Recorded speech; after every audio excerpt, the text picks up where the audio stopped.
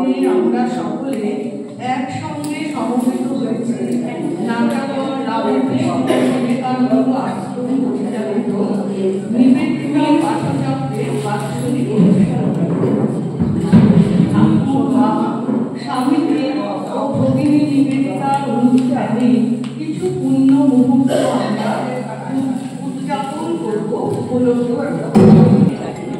বৈদিক মন্ত্র পাঠের মাধ্যমে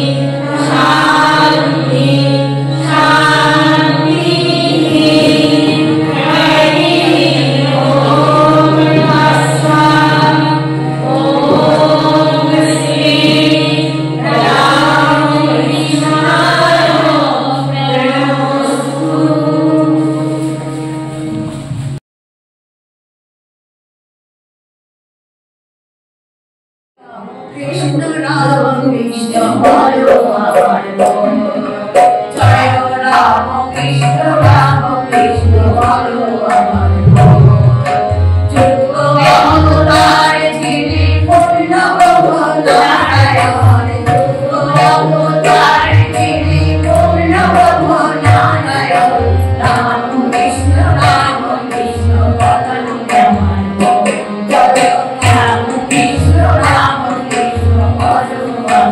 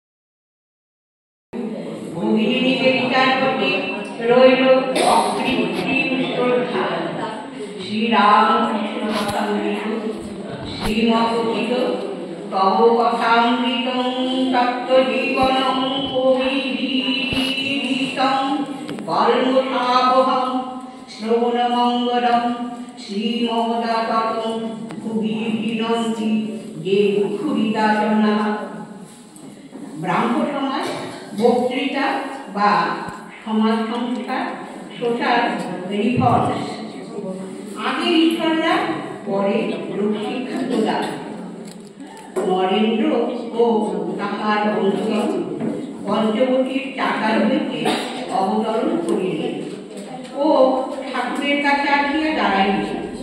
ঠাকুর দক্ষিণাস্ত হইয়া নিজের ঘরের দিকে তাহাদের সহিত কথা কহিতে কহিতে আসিতেছেন। ঠাকুর বলিতেছেন, দুধ দিলে কুমিরে ধরতে পারে, কিন্তু হলুদ মাখলে কুমির ছোঁয় না। হৃদি রত্নাকরের অগাধ জলে কাম আদি ছয়টি কুমির আছে, কিন্তু বিবেক বৈরাগ্য হলুদ মাখলে তারা তোমাকে ছোঁবে না। পাণ্ডিত্য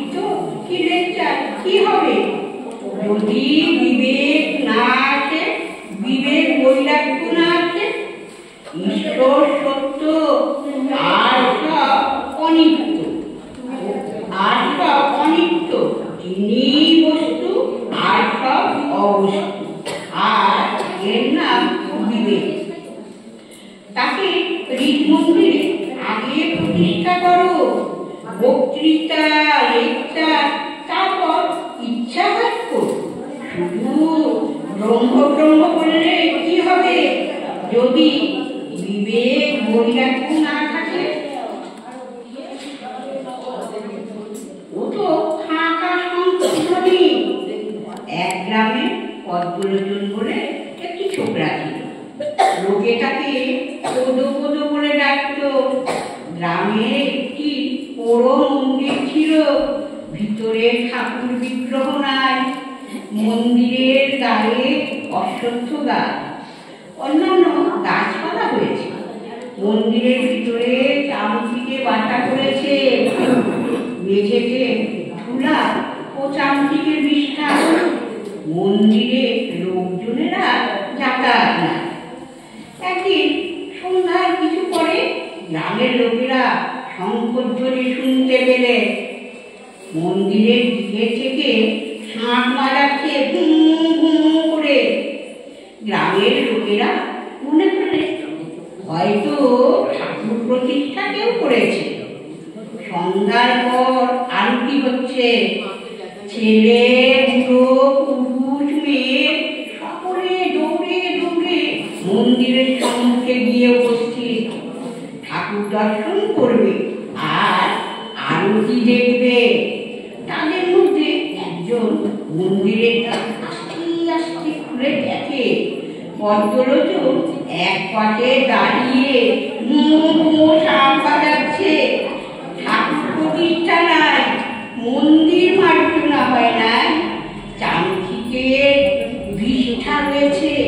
তখন সে চেঁচিয়ে বলছে, মন্দিরে তোর নাকি তো মাধব, ওদো শাঁখ করে তুই পড়লি গোল।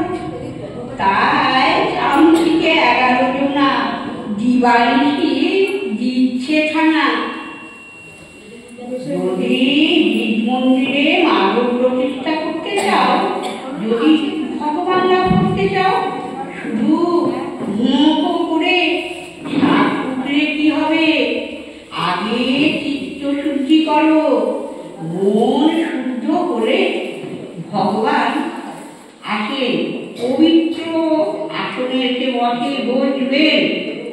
চামচিকার বিদ্যা থাকলে মাধবকে আনা যায় না।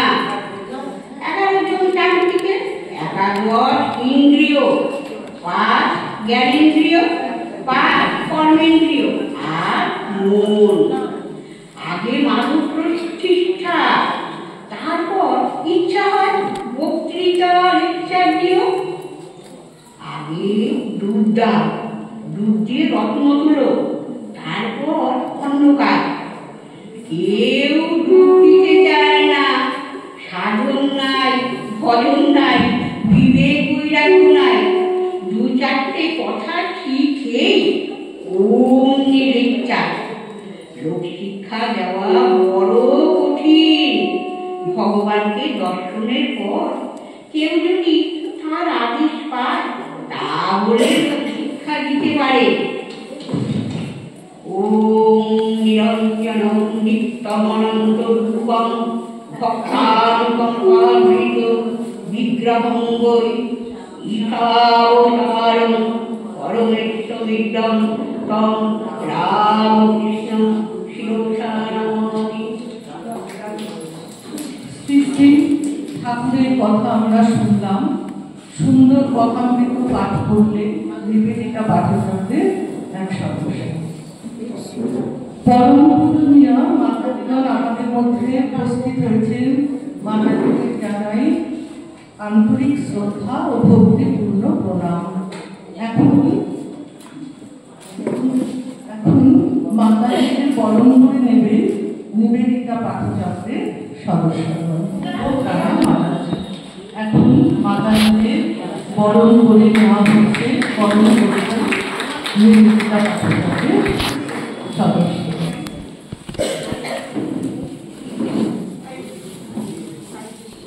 সারদামঠ থেকে একটি বুক স্টকের আয়োজন করা হয়েছে।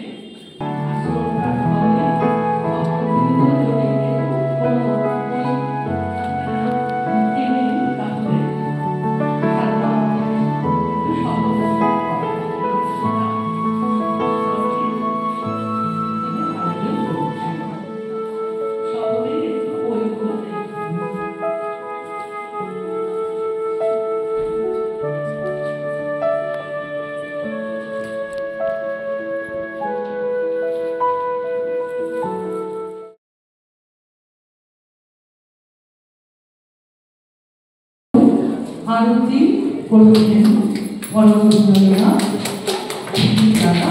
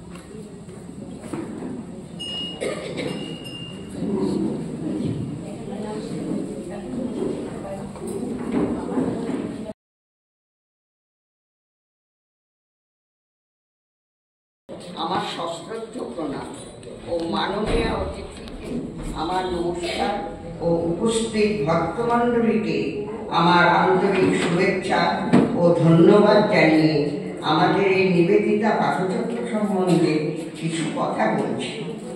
এই পাঠচক্র মূলত টাটাগড় রামকৃষ্ণ বিবেকানন্দ আশ্রমের একটি শাখা মাত্র।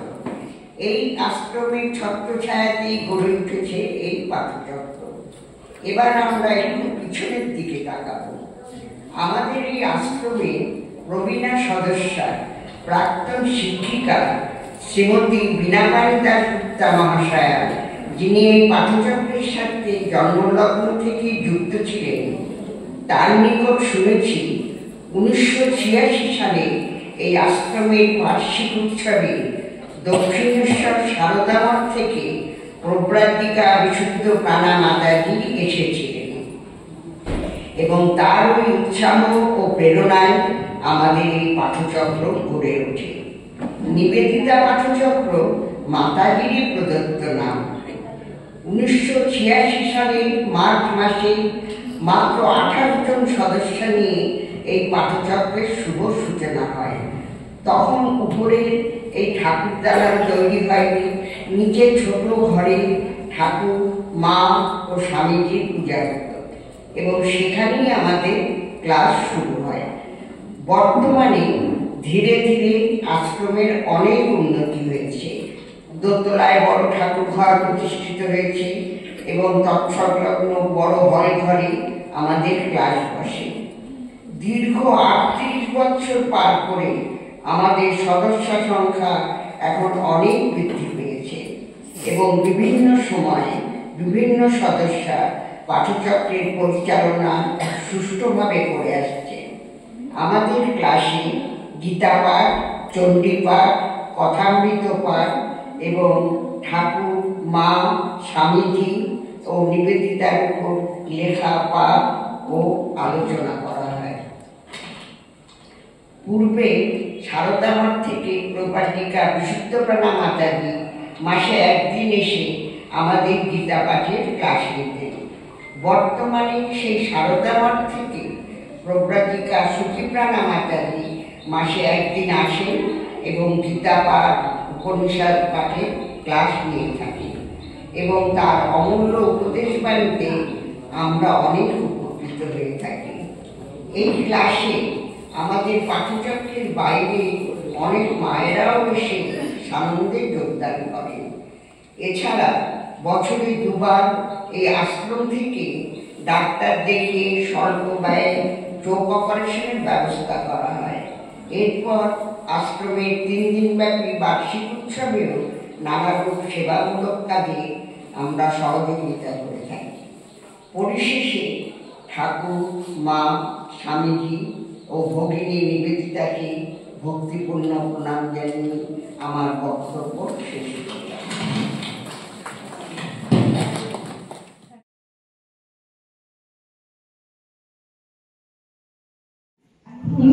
ভক্তিমূলক সঙ্গীত শ্রী শ্রী মায়ের গান হবে নিবেদনে নিবেদিতা পাঠচক্রেরই এক সদস্য।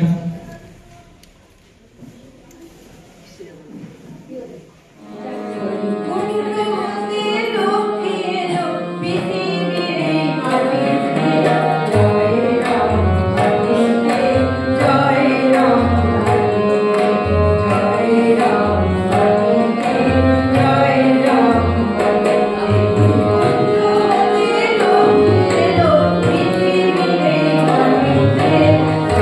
Ram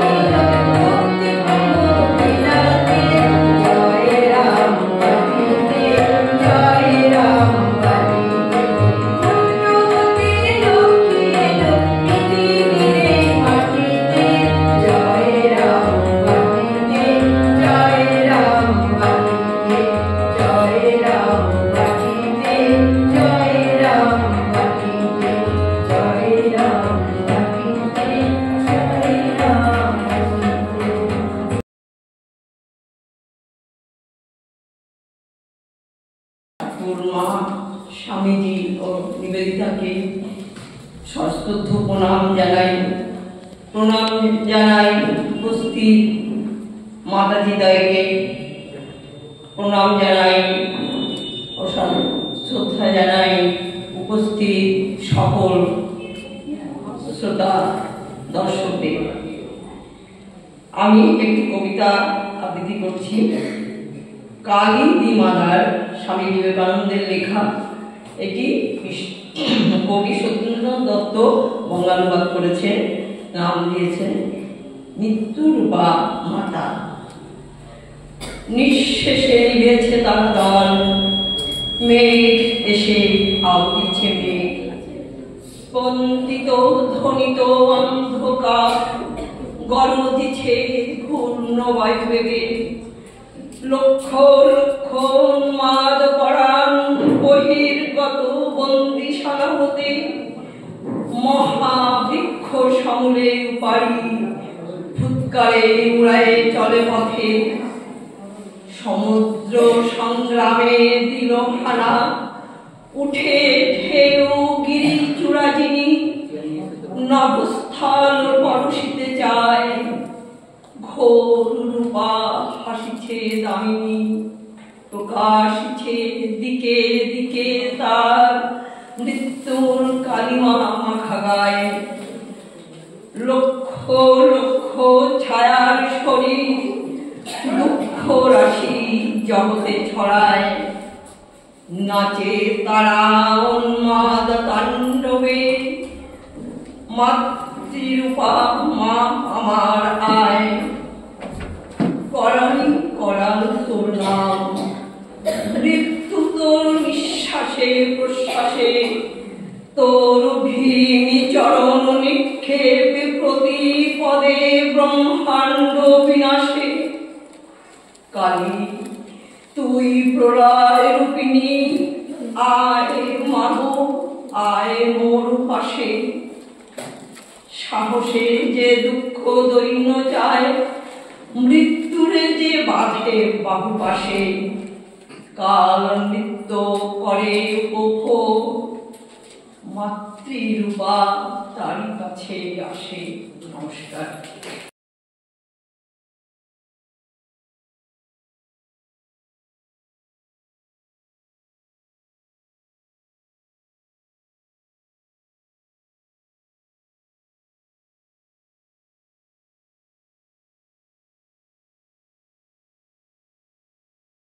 আমার সশ্রদ্ধ প্রণাম, স্বামীজিকে আমার অন্তরে সশ্রদ্ধ প্রণাম। আজকে নিবেদিতার জন্মদিন, আমি কিবা বলতে পারি মাতাজির সামনে। সাহস করে কয়েকটি কথা আমি বলব। তার আগে ভক্তদের আমার প্রণাম ও ভালোবাসা জানাই।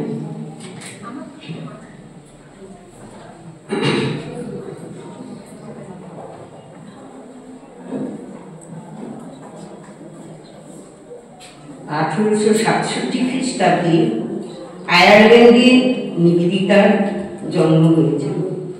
খুব ছোটবেলা থেকে তিনি বুদ্ধিমতী, সত্যনিষ্ঠ ও ধর্মপরায়ণ ছিলেন। যখন প্রকৃত ধর্ম কি তা নিয়ে নিজের মনে ব্যাকুল হয়ে উঠেছিলেন, ঠিক সেই সময় 1899 খ্রিস্টাব্দে ইংল্যান্ডের এক পরিবারের ধর্ম আলোচনা সভায় স্বামীজির সঙ্গে তার সাক্ষাৎ হয়। স্বামীজির বক্তৃতায় নিবেদিতা মুগ্ধ হয়েছিলেন এবং স্বামীজির সঙ্গে পরিচয় করে তার ধর্ম বিষয়ে অনেক আলোচনাও করেছিলেন। নিবেদিতাকেও স্বামীজি খুব ভালোই লেগেছিল। তার কারণ নিবেদিতার ভিতরে স্বামীজির ওই সকল গুণগুলো দেখতে পেয়েছিলেন। নিবেদিতা দেখেছিলেন স্বামীজির আদর্শ কি, তা হল স্বামীজির ভিতর সর্বক্ষণ ভারতের চিন্তা, ভারতের উন্নতি, ভারতের জাগরণ, দেশকে শৃঙ্খল মুক্ত করা, নারী শিক্ষা এবং শিবজ্ঞানের জীবসেবা। এই ছিল স্বামীজির আদর্শ। আর তখন ভারতের সমাজের অবস্থা ছিল বড়ই করুণ, বড়ই দুরবস্থা, অজ্ঞানতা, কুসংস্কারপূর্ণ। এরূপ অবস্থায় শত শত বুদ্ধিমান লোকের দরকার, কিন্তু কোথায় ছিল সেই সব লোক? তাই স্বামীজি নিবেদিতার বুদ্ধি ও যোগ্যতা দেখে তাকে যেন এক সিংহী পেয়ে দেখেছিলেন, আর তাকে ভারতে আসার প্রস্তাব দিয়েছিলেন। বেশ কয়েকবার তিনি চিঠিও লিখেছিলেন।